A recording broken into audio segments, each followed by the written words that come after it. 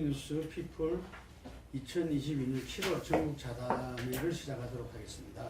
첫 번째 라운드 1은 취임 두 달 30%대 지지율 턱걸이 30% 초반까지 내려갔어요. 그래서 뭐 혹자는 20%까지 내려갈 수도 있다. 뭐 이런 말도 하는데 윤 대통령한테 반전의 기회는 있을 것이냐 이런 부분입니다. 먼저 이 조사 수치를 가지고서 우리 홍 소장님 한번 좀 간단하게 짚어주세요. 뭐 지금 대통령 지지율만 놓고 보면은 워낙 많은 조사 기관에도 지금 발표가 되었는데 조사 방법론이나 뭐 이런 것하고 상관없이 거의 일관되게 나오고 있습니다. 전화 면접에 알아서 이제 뭐 예를 들어서 전화 면접 상관없이 그런데 이거는 달리 이야기하면은 이 LS에 적극 응답하는 사람이나 전화 면접 응답하는 사람이나 다른 유선이나 무선이나 거의 남녀노소 모든 국민들이 다 부정적으로 평가하고 있다. 이것을 반증하는 현상으로 보시면 될 겁니다. 지지율이 지금 역전이 됐다는 거. 뭐 그 불과 얼마 전에 역전 이야기가 나왔는데 역전에서 이제 한 발 더 나가갖고는 지지율이 40% 이하 떨어졌다는 보도가 나오고 그러다가 얼마 안 돼서 30%대 초반까지 지금 떨어지다 보니 긍정평가 대비 부정평가 이걸 보면은 즉 부정평가가 긍정평가의 배 가까이 지금 늘어나는 상황으로 벌어지고 있다. 이제 우리 조사 같은 경우는 9일부터 11일 사이 1017명을 조사를 했고요. 뭐 잘하면 저희 AR에서 혼용을 했는데 선관위에 다 등록되어 있으니까 참조하기 바랍니다. 이 조사 같은 경우 보면은 가장 특이한 그 부분은 모든 세대, 모든 지역에서 50% 넘어가는 게 없어요. 잘한다는 평가가. 단지 스스로 자기가 보수층이라고 하는 그 층에 한해서만 50%를 유일하게 넘어요. 결국은 뭐가면은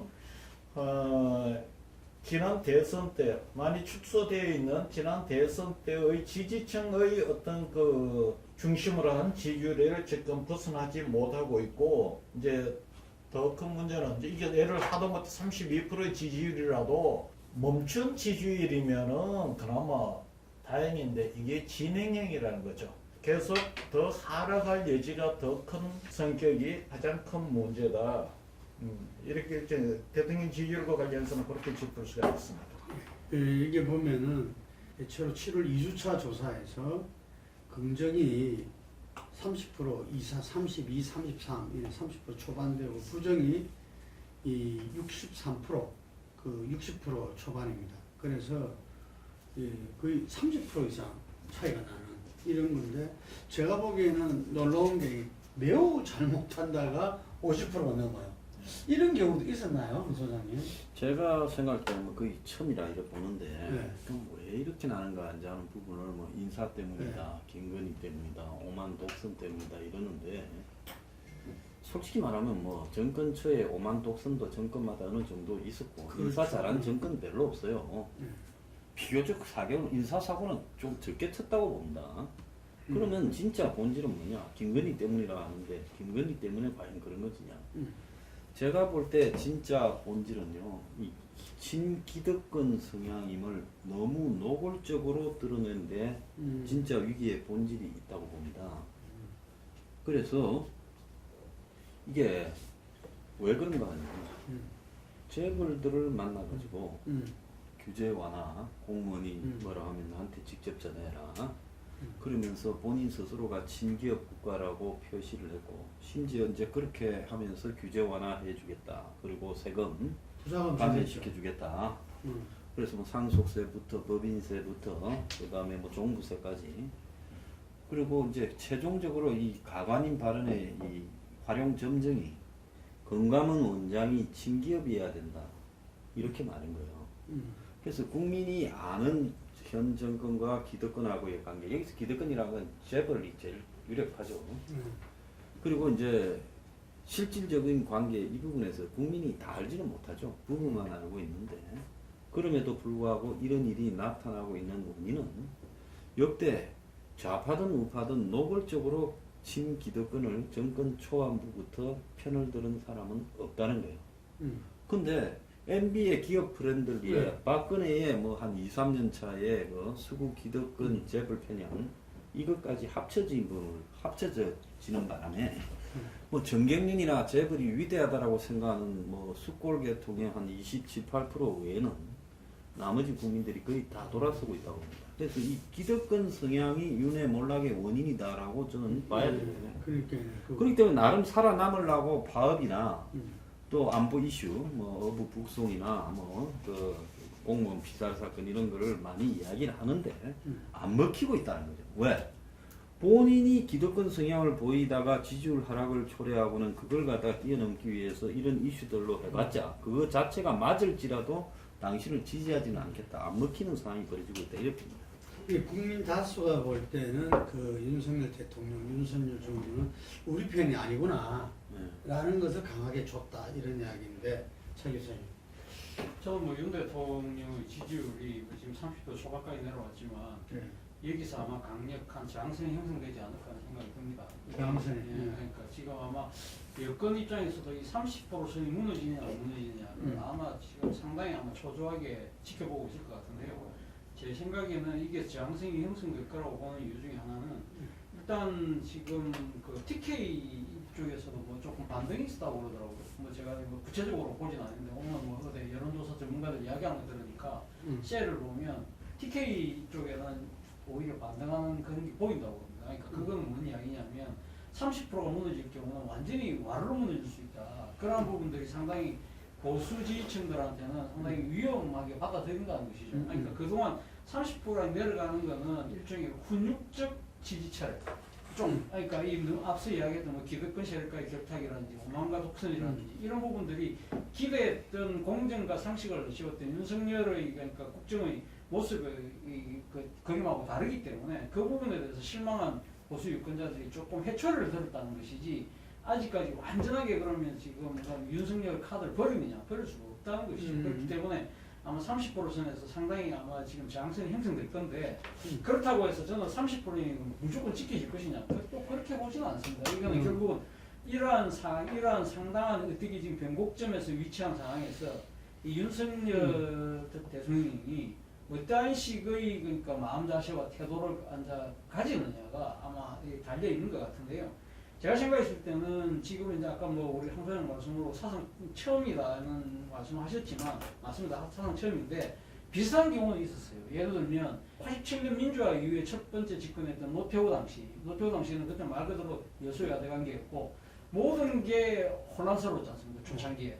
그런데도 불구하고 노태우 대통령은 그래도 빠져나갈 구멍을 만들어냈어요. 그것이 소위 말하는 인위적인 정기개편이나 3당 합당을 통해서 다수당을 만들어서 일종의 일단 세력을 자기 쪽으로 갖고 오면서 반등할 수 있는 하나의 계기를 만들었다는 것이죠. 그리고 또 하나 또 유사한 사례가 2008년도 광우병 사태에 직면했는데 이명박 정부가 한 30%까지 급락했단 말입니다. 그럴 때는 이명박 대통령이 그때 뭐라고 이야기했습니까? 청와대 비상으로 와서 아침 이슬 들으면서 울었다. 그렇게 하면서 국민들한테 나름대로 머리를 조아리면서 청와대하고 정부를 개편하면서 좀 심기일전하는 그런 걸 통해서 낮은 자세의 일종의 태도의 전환. 아까 노태우는 세력을 확보해서 돌파하는 방식이었다면 일종의 이제 이명박은 사실은 태도의 전환이었죠. 사실은 이때는 이명박 정부가 아시다시피 2008년도 그 총선에서 한나라당이 거의 190석을 갖고 있었던 상황이기 때문에 그렇게 세력적인 차원에서 밀리지는 않았거든요. 그런데 윤석열 정부 입장에서 본다고 한다면 세력적인 차원에서도 지금 압도적인 여소야대 관계 아닙니까? 그리고 지금 태도도 지금 전혀 바꿀 기미가 없어요. 그렇다고 한다면 이러한 상황 자체가 30%의 강한 이 저항선이 형성되지만 이것은 지금 이 상태로 계속 가면 바로 뚫릴 가능성이 높다. 그렇다고 한다면 지금이야말로 심기일전에서 뭔가 지금 태도의 변환이 있어야 되는 시점이 아닐까 생각이 듭니다. 태도의 변환으로 그 지지율이 반전이 가능한가? 뭐 그거는 쉽지 않지 않겠어요? 제가 볼 때는. 예, 아니 근데 저는 뭐 이게 태도의 변화뿐만 아니라 좀 이따 다시 또 이야기를 하겠지만 일단은 이제 거기서부터 시작돼요. 예.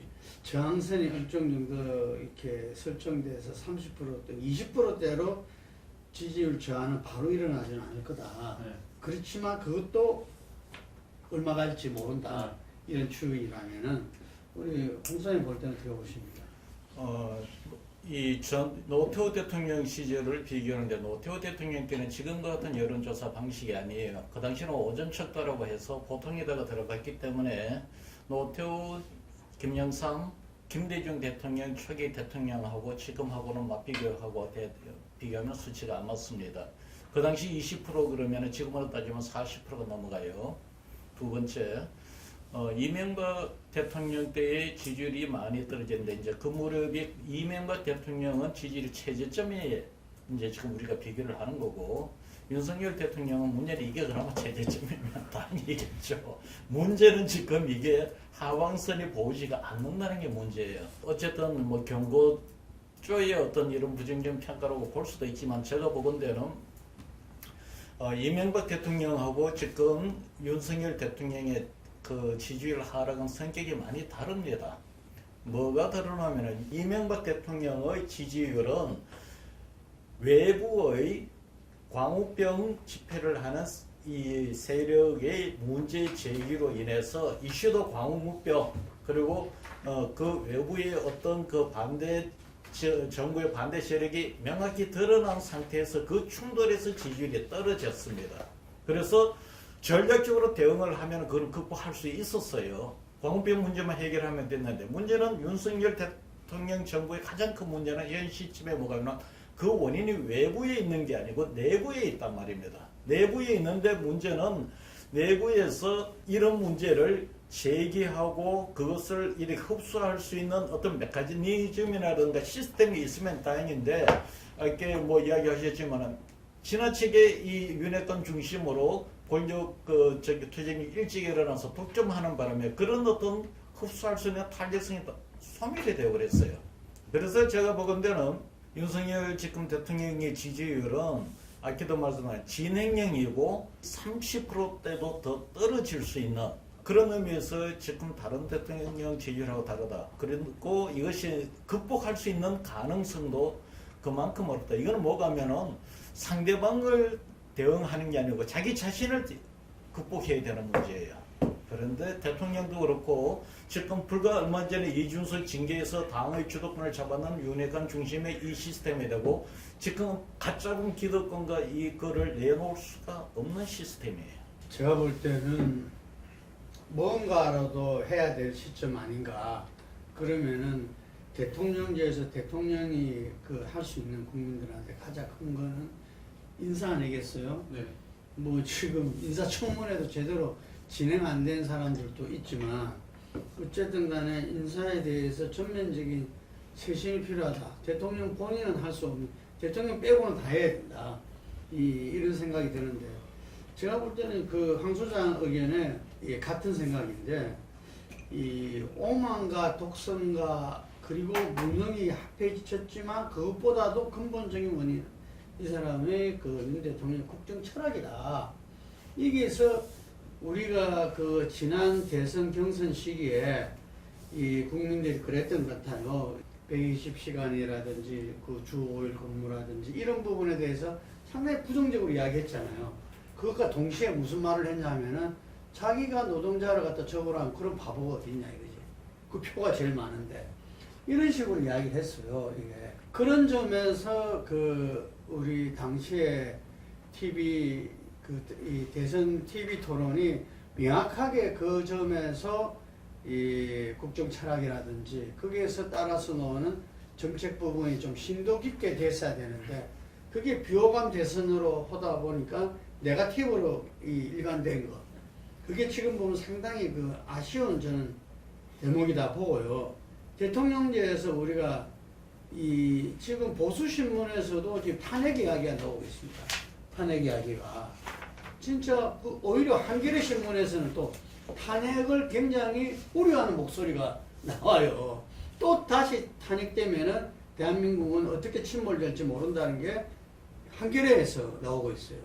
오히려 보수신문 조정동은 돌아가면서 어떤 탄핵의 위기, 불안까지 이야기하고 있고 이런 정부는 없었던 것 같아요. 내가 보니까 MB 시즌2라고 하는데 이명박 때도 이렇지는 않았거든요. 그렇잖아요. 그래서 아까 이 차 교수님 이야기한 대로 이 강호병 이후에 그 박형준 지금 부산시장이죠. 부산시장이 그분이 청와대에서 뭐 정책 수수인가 뭐 어떤 그런 걸로 직책을 가지고서 서민 중심으로 해서 경제 정책을 갖다 새롭게 디자인하고 하는 부분으로 상당히 이 저점을 이렇게 딛고 이 지지율 반전의 기회가 있어 왔었는데 과연 지금 현재 이 윤 대통령과 이 대통령실에서 그리고 현재 국민의힘에서 이 부분을 윤 대통령 어떤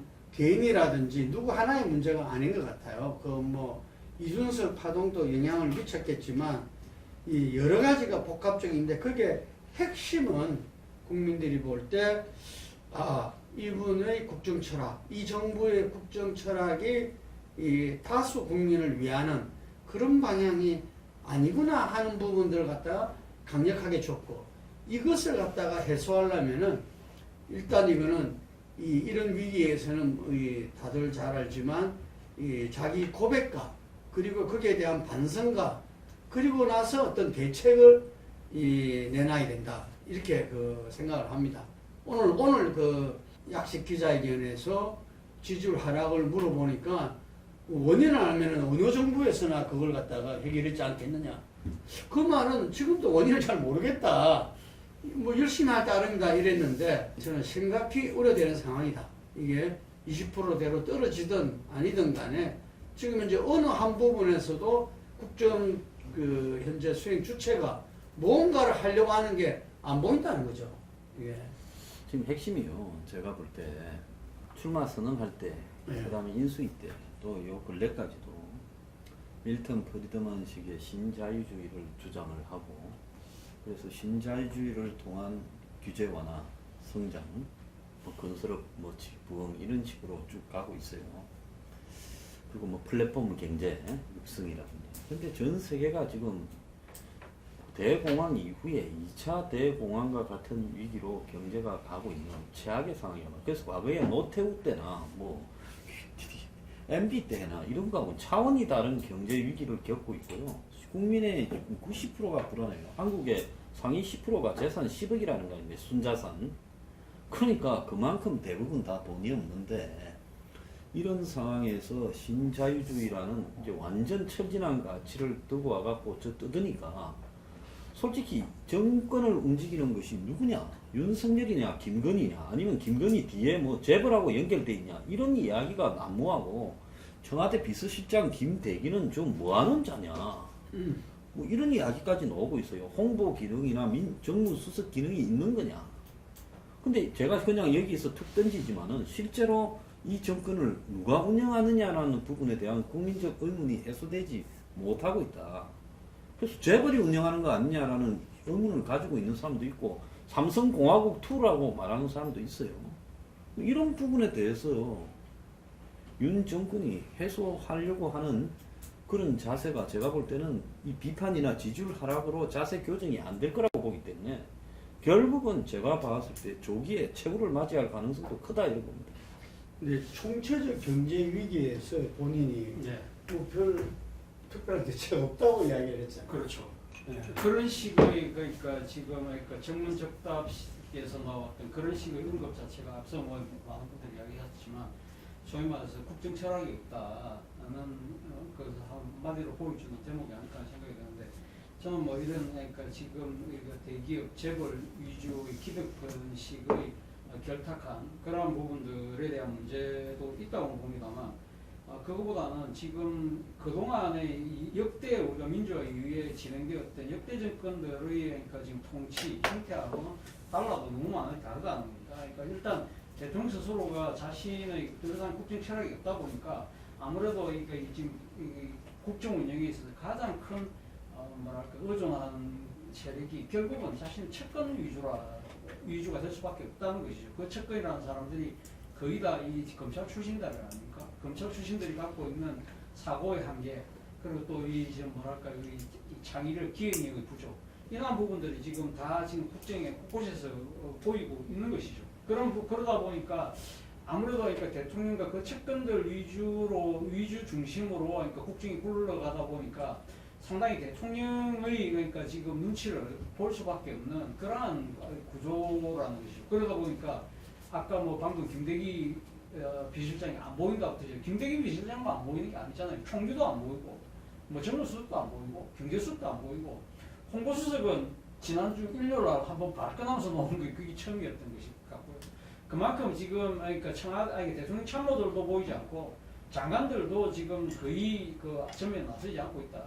결국 어제 그러니까 지금 대우조선 하청 노조 파업 때문에 결국 대통령이 또 이 해초를 들고 장관들 나서라고 하니까 오늘 뭐 헬기 타고 내려가고 지금 난리가 나고 있는 거 아닙니까? 이런 것들 보면 여전히 지금 그러니까 청와대 정부로 이끌어지는 제한적 대통령 중심의 만기 철람이요. 통신대 그 만기 철람이 누구에 의해서 그러니까 떠받쳐지냐고 하면 그것은 결국 과거 검찰 측근들 중심으로 지금 이루어지고 있다. 그리고 또 하나는 문제는 이 지금 국정을 운영하는 데 있어서 선택과 집중 자체가 나름대로 하려고 하겠죠. 그런데 선택과 집중이 전 타깃이 잘못되고 있다. 지금 그 타깃이라는 것 자체가 지금 연일을 지금 뛰어들고 있는, 그러니까 아주 이 지면을 달구고 있는 뉴스가 뭡니까? 결국은 지금 피격 어민, 그리고 탈북 북송 어민 사건인데, 물론 이 진상은 반드시 규명돼야 되지만, 이러한 이 지금 여러 가지 정부가 지금 하고 있는 행태를 보면 해경이 180도로 입장을 바꾼다든지, 통일부가 사진에 이어서 어제 동영상까지 공개를 한다든지, 이러한 부분들이 뭔가 지금 국면 전환을 위한 정치적 의도를 갖고 지금 전 정권에 대한 그러니까 때리기, 더 나아가서는 전 정권을 종북으로 몰아서 거기서 상대적 비교우위를 통해서 자신들의 존재감을 드러내려고 하는 듯한 그러한 식의 선택과 집중이 이루어지고 있다. 그런 상황이라고 한다면 지금 먹고 사는 문제에 대해서 지금 다 힘든 국민들 입장에서 억장이문을 잃는 상황이 수밖에 없는 것이죠. 이런 비판에 대해서 또 더 큰 문제는 대통령이 지금 이 국민들의 목소리를 들으려고 하지 않는다는 거죠. 물론 오늘 지금 그러니까 이 도어 스태핑에서는 어느 정도 조금은 뭐 이렇게 이 기교의 모습을 보이는 듯 하지만 과연 이러한 이 지금 태도와 자세가 바뀌지 않는 상황에서 과연 어떻게 이 상황을 바꿔나갈지는 상당히 어렵다. 도어 스태핑의 개선 방향이 질문을 적게 받는다.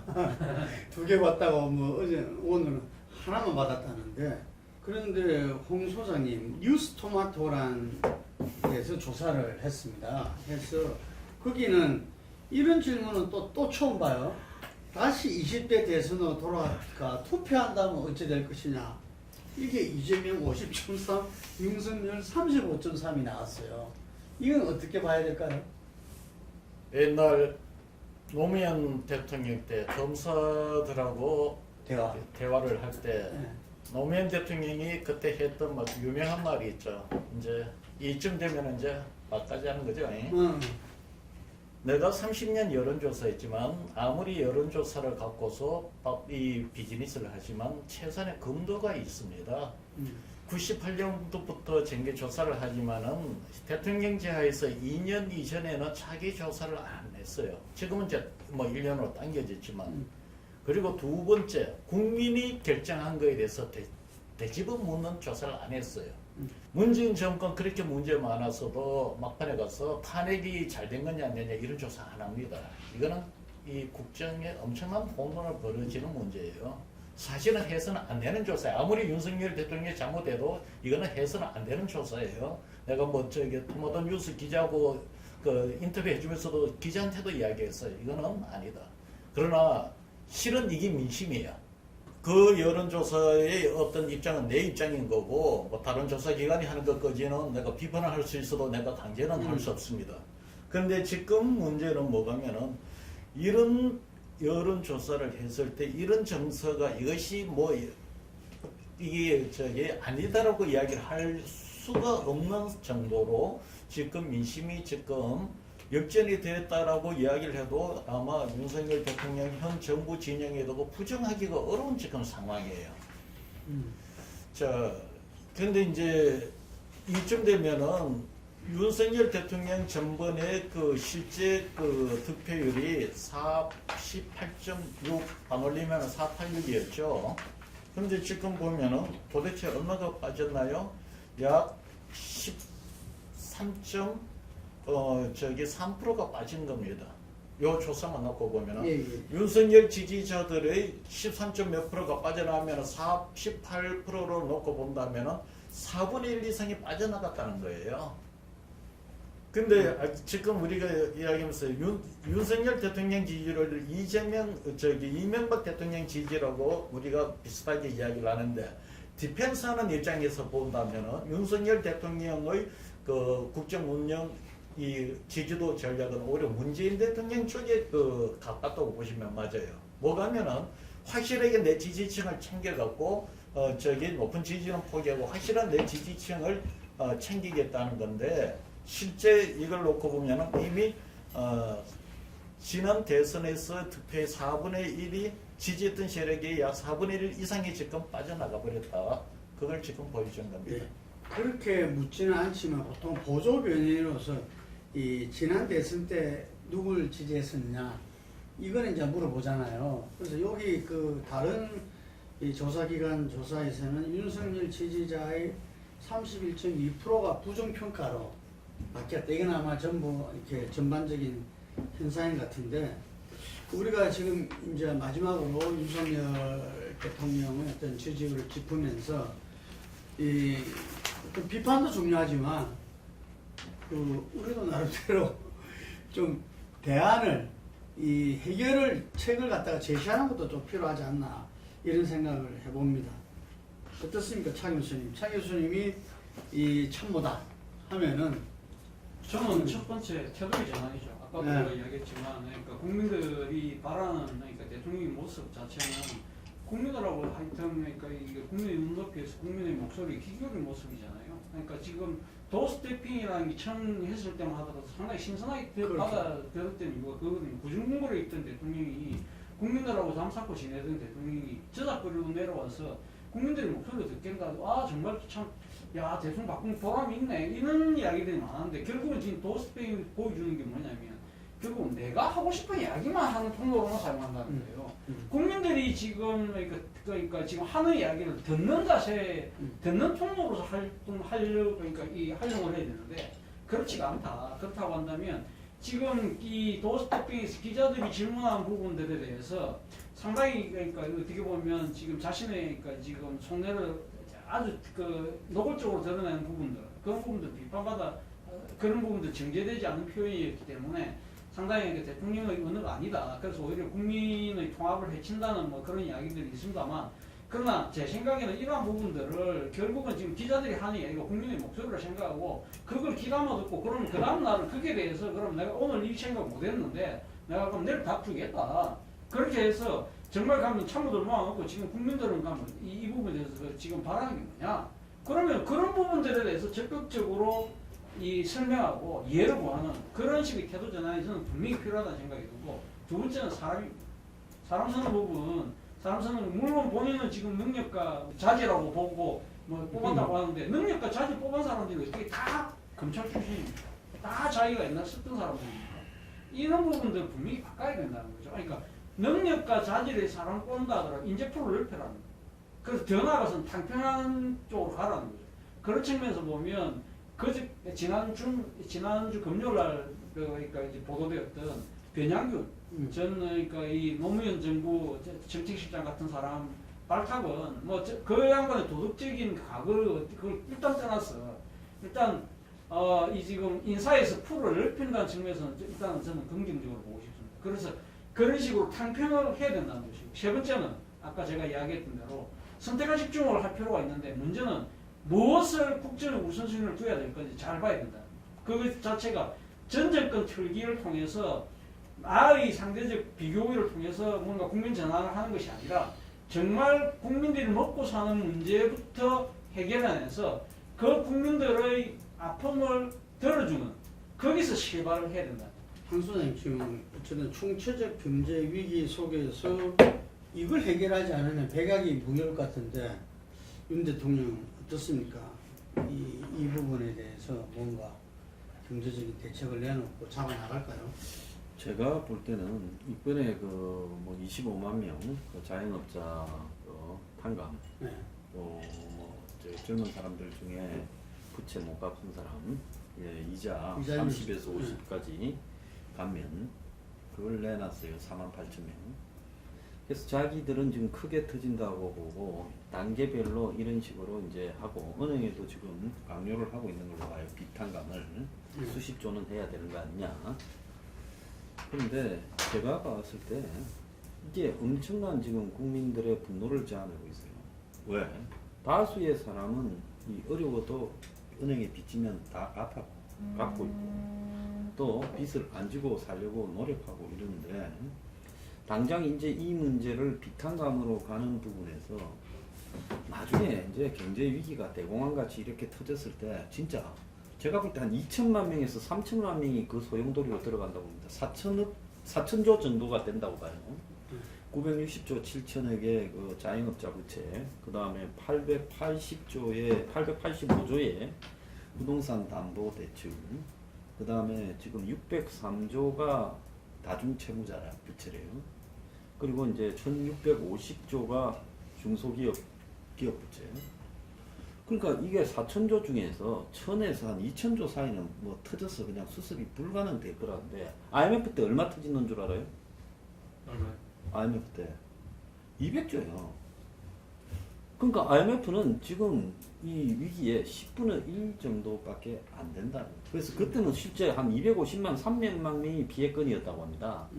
국민 중에. 근데 이번에는 2, 3천만 명이 피해권에 들어갈 거라고 지금 보이고 있어요. 그런데 이런 상황에서 지금 이 부채 위기의 핵심을 갖다가 또 경제 저성장이나 무역 적자, 지금 여러 가지들이 뭐 환율 인상 속속 오고 있지 않습니까? 고금리.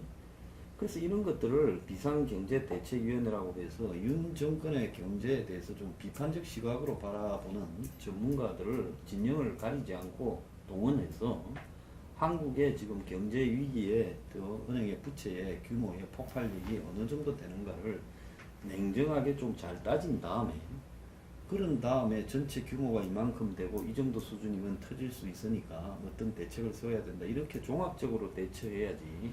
지금 은발의 오줌 누기식으로 저런 식으로 탕감시켜준다고 하니까 지금 비난이 엄청 오고 있어요.